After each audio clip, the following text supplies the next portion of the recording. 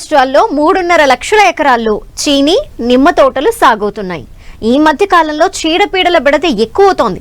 30 ఏళ్ల పాటు దిగుబడులు ఇవ్వాల్సిన తోటలు 10-15 ఏళ్లకు మించి నిలబట్టం లేదు. వీటిలో కాయ నాణ్యతను, దిగుబడిని తగ్గించేవి కొన్నైతే చెట్లని నిలువునా ఎండిపోయేలా చేసే ప్రమాదకర తెగుళ్లు మరికొన్ని.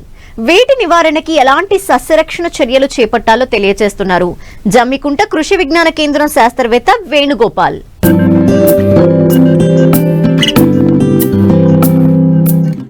మన దేశంలో పండ్ల తోటల సాగులో మామిడి, అరటి తరువాత బత్తాయి, నిమ్మ పంటలు 3వ స్థానాన్ని ఆక్రమిస్తాయి.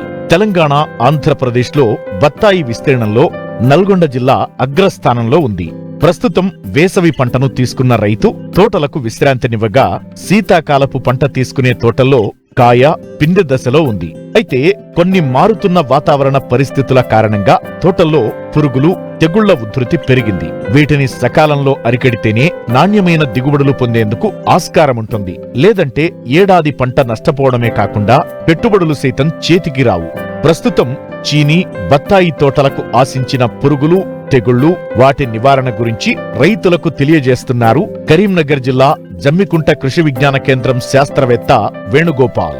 ముఖ్యంగా మనము బత్తాయి, నిమ్మ తోటలు గమనించినట్లయితే ఈ కాలంలో మనకు పురుగుల విషయంలో వచ్చేసి ఆకుముడత పురుగు, నల్లి పురుగు, అదేవిధంగా గొంగలి పురుగు, పేనుబంక, నల్లి, పిన్ని నల్లి ఇవన్నీ గమనిస్తూ ఉంటాము. తెగుళ్ళ విషయంలో వచ్చేసి బంక తెగులు, వేరుకుళ్ళు తెగులు, గజ్జి తెగులు ముఖ్యంగా మనం గమనిస్తూ ఉంటాం నిమ్మ తోటలో కానీ, బత్తాయి తోటలో కానీ.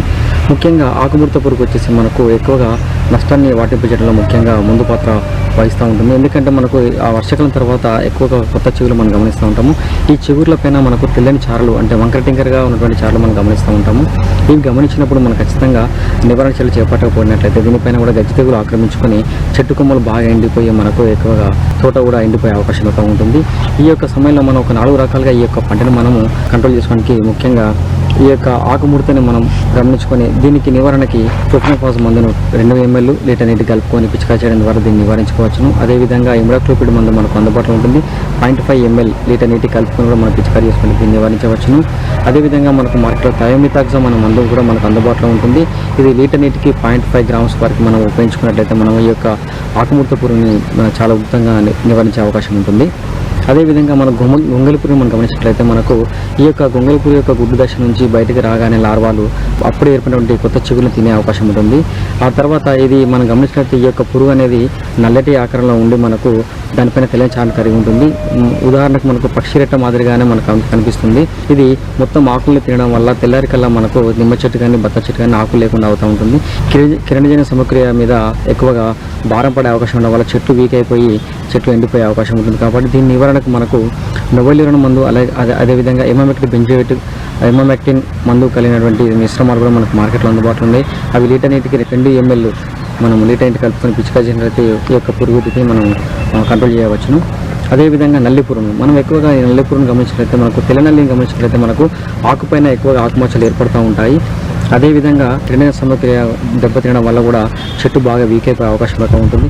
అదేవిధంగా నల్లి పురుగు వచ్చేసి మనకు ఈ యొక్క మంగు నల్లి అనేది మనం ఎక్కువ గమనిస్తూ ఉంటాం. ఈ మంగు నల్లి వచ్చేసి మనకు చెట్టు యొక్క కాయల మీద చిన్న చిన్న పిందెల పైన కూడా మనకి ఏర్పడే అవకాశం ఉంటుంది. ఈ యొక్క పిందెలు ఆ కాయల్ని మనకు గీకడం ద్వారా మనకి ఏంటంటే ముఖ్యంగా ఆ కాయల్లో యొక్క నలుపు అనేది కాయలపైన ఏర్పడుతుంది. ఈ యొక్క కాయలు ఉదాహరణకు మారడం వల్ల కాయ లోపల కూడా మనకు కాయ గట్టిదనంగా కూడా మనం గమనిస్తూ ఉంటాము. కాబట్టి ఈ యొక్క నల్లి పురుగు మనం గమనించినట్లయితే మనం ఖచ్చితంగా నీటిలో కరిగే గంధకాన్ని సల్ఫర్ అని అంటాము. సల్ఫర్ ఈ యొక్క మన మార్కెట్లో అందుబాటులో ఉంటుంది. లీటర్ నీటికి 3 గ్రాములు కలిపి పిచ్చినట్లయితే దీన్ని కంట్రోల్ చేసుకోవచ్చును. అదేవిధంగా ప్రొపరగైట్ అనే మందు కూడా మార్కెట్లో అందుబాటులో ఉంది. ఇది లీటర్ నీటికి వచ్చేసి 2 ml కలుపుకొని పిచికారీ చేయడం ద్వారా కూడా ఈ యొక్క నల్లి పురుగు మనం నివారించుకోవచ్చును. అదేవిధంగా పిండి నల్లి మన మార్కెట్లో దొరుకుతుందంటే మనకు ఎసిఫిట్ అనే మందు, అదేవిధంగా ప్రొఫెనోఫాస్ మందు 2 కూడా మిశ్రమం చేసుకుని ఈ యొక్క పిండి నల్లి కూడా కంట్రోల్ చేసుకోవచ్చు. ముఖ్యంగా ఆగస్టు, సెప్టెంబర్ మాసాల్లో ఈ యొక్క చెట్టుపైకి పాకడం వల్ల మనకు పిందెలు ఏర్పడిన తర్వాత పిందెల పైన అదేవిధంగా కాయలపైన కూడా ఈ యొక్క పిండి నల్లి అనేది స్థావరం ఏర్పరచుకొని మనకు దీని ద్వారా ఏంటంటే మొత్తం రసం పీల్చడం వల్ల మనకు కాయ సైజు పెరగకపోవడము, కాయలు రాలిపోవడం జరుగుతూ ఉంటుంది. కాబట్టి దీని నివారణకి ఒకవేళ మనకు పిందెలు తక్కువ ఉండి మస్తీలు ఎక్కువ ఉన్నట్లయితే మనం ఖచ్చితంగా కార్బనిజం మందు లీటర్ నీటికి 1 గ్రామ్ కలుపుకొని పిచికారీ చేయడం ద్వారా ఈ యొక్క మంగును కూడా మనం నివారించుకునే అవకాశం ఉంటుంది. అదేవిధంగా మనకు తెగుల విషయానికి వచ్చినట్టు మనకు గజ్జి తెగులు మనము ఎక్కువగా మన నిమ్మ తోటలో మనం గమనిస్తూ ఉంటాము. ఈ యొక్క గజ్జి తెగులు వచ్చేసి మనకు మొదటగా లేత చిగుళ్ళపైన చిన్న చిన్న మచ్చలు గోధుమాకలను ఏర్పడి తర్వాత చెట్టు మొత్తం కూడా ఆక్రమించే అవకాశం ఉంటుంది. దీని నివారణకు మనకు ప్రతి 15 రోజులకు ఒకసారి కూడా మనం కాప్లెక్స్ క్లోర్ అనే మందును లీటర్ నీటికి 3 గ్రాములు కలిపి పిచికారీ చేయడం ద్వారా కూడా దీన్ని నివారించుకోవచ్చును.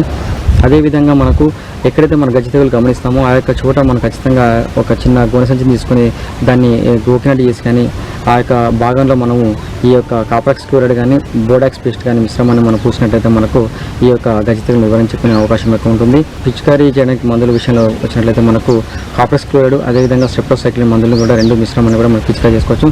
కాప్లెక్స్ క్లోరైడ్ మందు వచ్చేసి మన లీటర్ నీటికి 3 గ్రాములు, స్ట్రెప్టోసైక్లిన్ వచ్చేసి మనకు 10 లీటర్లకు 1 గ్రాము కలుపుకోవడం ద్వారా కూడా మనం ఈ యొక్క గజ్జి తెగులు నివారించుకోవచ్చును. అదేవిధంగా వేరుకుళ్ళు తెగులు అనేది మనం గమనిస్తూ ఉంటాం. ఈ వేరుకుళ్ళు తెగులు వచ్చినప్పుడు చెట్లు మొత్తం కూడా బాగా పూతకొచ్చి బాగా కాయలు పట్టడం జరుగుతూ ఉంటుంది. దీన్ని గమనించి రైతు ఖచ్చితంగా దానికి తగినటువంటి ట్రైకోడర్మా వీడి కల్చర్ని తయారు చేసుకుని చెట్టు పాదులు వేసుకోవడం ద్వారా ఈ యొక్క మనం వేరుకుళ్ళు తెగులు నివారించవచ్చును. అదేవిధంగా బంక తెగులు, ఈ యొక్క బంక తెగులు ఎక్కువగా మన నిమ్మ తోటల్లో కానీ మనము బత్తాయి తోటలో చూస్తూ ఉంటాము. కొమ్మల యొక్క పంగల్లో ఎక్కువగా మనకు బంక కరడం చూస్తూ ఉంటాము. ఈ బంక కరడం ద్వారా చెట్టు మొత్తం కూడా ఎండిపోయే అవకాశం ఉంటుంది. ఈ యొక్క బంక కరడం అనేది మనకు వేరు మొదల్లో కానీ కాండం యొక్క పగుల మధ్యలో కానీ మనం గమనిస్తూ ఉంటాము. దీని నివారణకి ఖచ్చితంగా మనకు కాప్లెక్స్ క్లోరైడ్ మందుని ఎప్పుడు 10-15 రోజులు పిచికారీ చేస్తూ ఉండాలి. అదేవిధంగా బోడాక్స్ మిశ్రమాన్ని కూడా మనము పిచికారీ చేయడం ద్వారా అదేవిధంగా బోడాక్స్ పేస్ట్ని ఎక్కడైతే మనకు ఈ యొక్క బంక తెగులు గమనిస్తామో అక్కడ పూయడం ద్వారా కూడా దీన్ని నివారించుకోవచ్చు.